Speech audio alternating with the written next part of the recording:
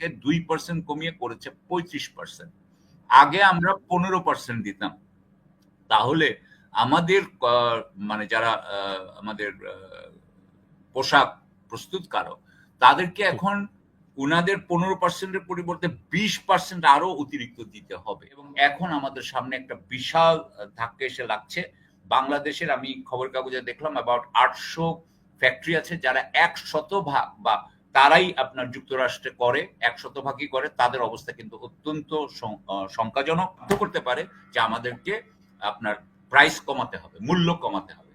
মানে অর্থাৎ আমরা যে 35% ধরেন আগে একটা জিনিস আমরা 100 টাকা 115 টাকা 100 টাকার জিনিস 115 টাকায় ছাড়তে পারতাম, এখন সেই 100 টাকার জিনিস 135 টাকা হয়ে যাবে।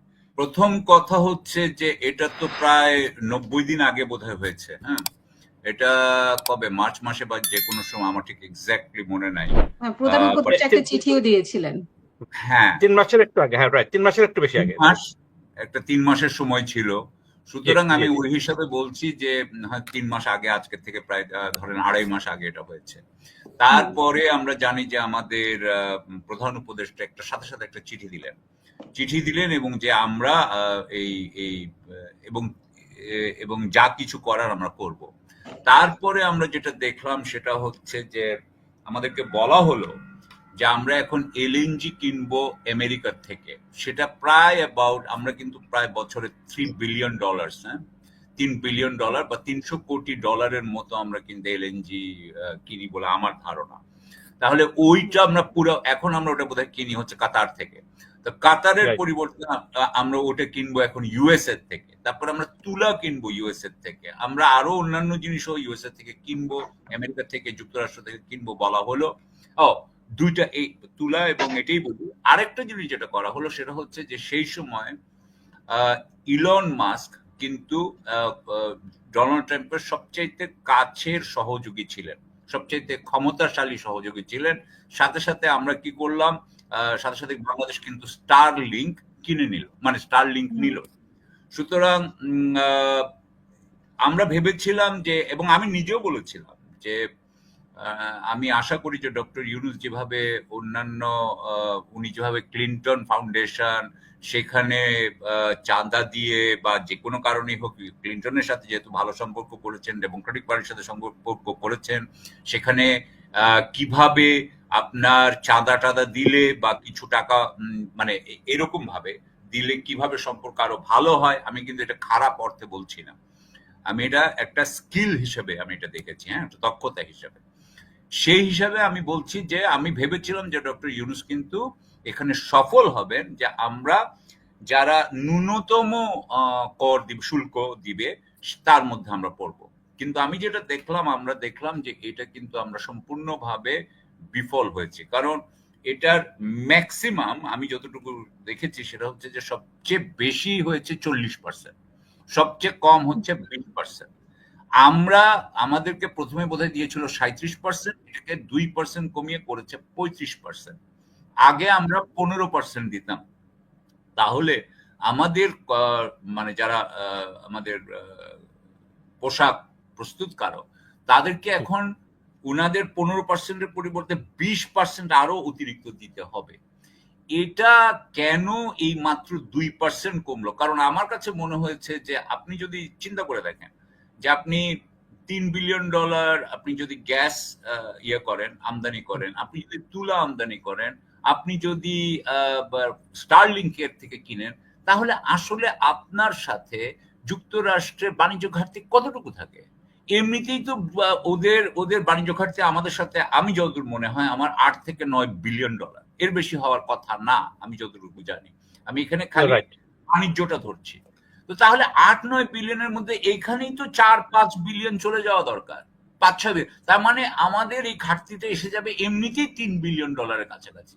তাহলে $3 বিলিয়ন যার সাথে উনার সমস্যা ডোনাল্ড ট্রাম্পের বা আমেরিকার, সেটা কি এত একটা বড় জিনিস, যেখানে তাদের আপনার জাতীয় আয় প্রতি বছর হচ্ছে গিয়ে কত, ওদের এখন বোধহয় 21 কত বিশাল একটা ট্রিলিয়নস অফ ডলার্স। এমনিতেই ওদের বাজেটই হচ্ছে বোধহয় $1 ট্রিলিয়ন উপরে। $1.5 ট্রিলিয়ন। এবং সো এটাকে যদি আমরা ধরি যে এটা 5 গুণ 6 গুণ বা $10 ট্রিলিয়ন মতো, সেখানে আমাদের এই $2 বিলিয়ন $3 বিলিয়ন ঘাটতি এত বড় কিছু হয়ে গেল।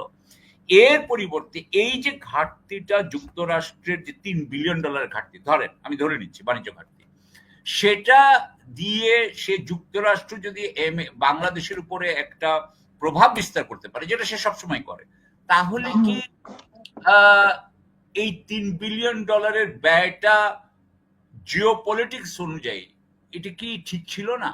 তা আমি এই হিসাবে ধরে নিয়েছিলাম যে আমাদের এত খারাপ অবস্থা হবে না, কিন্তু দেখা যাচ্ছে যে আমাদের কোনো কারণে আমরা কিন্তু তাদেরকে আপনার কনভিন্স করতে পারি নাই, এবং এখন আমাদের সামনে একটা বিশাল ধাক্কা এসে লাগছে। বাংলাদেশের আমি খবর কাগজে দেখলাম অ্যাবাউট 800 ফ্যাক্টরি আছে যারা 100% বা তারাই আপনার যুক্তরাষ্ট্রে করে, 100%ই করে। তাদের অবস্থা কিন্তু অত্যন্ত শঙ্কাজনক। এখন আমি মনে করি যে আমাদের দেশের যেটা এখন যেটা আমি যা দেখতে পাচ্ছি, যে আমি চিন্তা করছি যে তারা কি মালয়েশিয়ার সাথে কথা বলে নাই, তারা কি অন্যান্য দেশ আমাদের মতো যারা অন্যান্য দেশ আছে তাদের সাথে তারা কি স্ট্র্যাটেজি নিবে সেটা চিন্তা করে নাই, সেটা নিয়ে কোনো আলাপ হয়েছে কিনা জানি না। তবে আমি আপাতত এইটুকু বলে, এটাতে কি ওদেরও ক্ষতি হবে কিনা? ধরেন আমরা পাঠাতে পারলাম না বা আমাদের উপর একটা চাপ আসলো, এই চাপটাতে ওদের কোনো ক্ষতি আছে কিনা? প্রথম কথা হচ্ছে যে আমি এটা অর্থনীতির ইয়ে থেকে বলবো যে আমরা তো আপনার নিম্ন মূল্যের কাপড় সরবরাহ করি সাধারণত। হ্যাঁ, আমি ভুল হইতে পারি। যদি নিম্ন মূল্যের যদি বেশি হয়, নিম্ন মূল্যের কাপড়, বস্ত্র বা পোশাক, এইটার যে চাহিদা, এটার কিন্তু ইলাস্টিসিটি, এটা ইলাস্টিসিটি কম, স্থিতিস্থাপকতা কম। অর্থাৎ এখানে যদি দাম বাড়ানো হয় তাহলে কিন্তু এটা চাহিদা পড়ে যাওয়ার কথা না, কারণ মানুষের তো যে কোনো কারণে হোক তাদের কাপড় পরতে হবে। সুতরাং আমার মতে যদি এটা দাম বেড়েও যায় তারপরেও কিন্তু বাংলাদেশের এই কাপড়ের চাহিদা কমে যাওয়ার কথা তেমন না। তবে আমি এটা বলে দুইটা ব্যাপার আছে।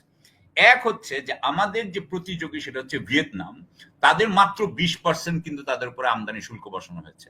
অর্থাৎ তারা কিন্তু বাংলাদেশের একজন প্রতিযোগীর তুলনায় 15% মানে কম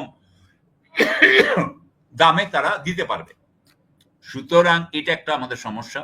এবং আরেকটা জিনিস হচ্ছে যে যদি ওই বায়ার যারা আছে তাদের সাথে কথা বলতে হবে। বায়াররা আমার মনে হয় ভিয়েতনামের দিকে তাকায়, ভিয়েতনামের দিকে দেখিয়ে আমাদেরকে চেষ্টা করতে পারে টু টু টু কনভিন্স আস, এবং টু টু মানে আমাদেরকে করতে বাধ্য করতে পারে যে আমাদেরকে আপনার প্রাইস কমাতে হবে, মূল্য কমাতে হবে। মানে অর্থাৎ আমরা যে 35%, ধরেন আগে একটা জিনিস আমরা 100 টাকা 115 টাকা, 100 টাকার জিনিস 115 টাকায় ছাড়তে পারতাম, এখন সেই 100 টাকার জিনিস 135 টাকা হয়ে যাবে। 135 টাকা ওরা হয়তো কিনবে না, ওরা বলবে যে আমি তো 120 টাকাতেই ভিয়েতনাম থেকে পাই। তাহলে ওই বাকি 15 টাকাটা কোথেকে আসবে? বাকি 15 টাকাটা হতে পারে যে সেই ক্ষেত্রে এটাও আরেকটা নির্ভর করে যে ভিয়েতনাম খুব তাড়াতাড়ি এটা পারবে কিনা।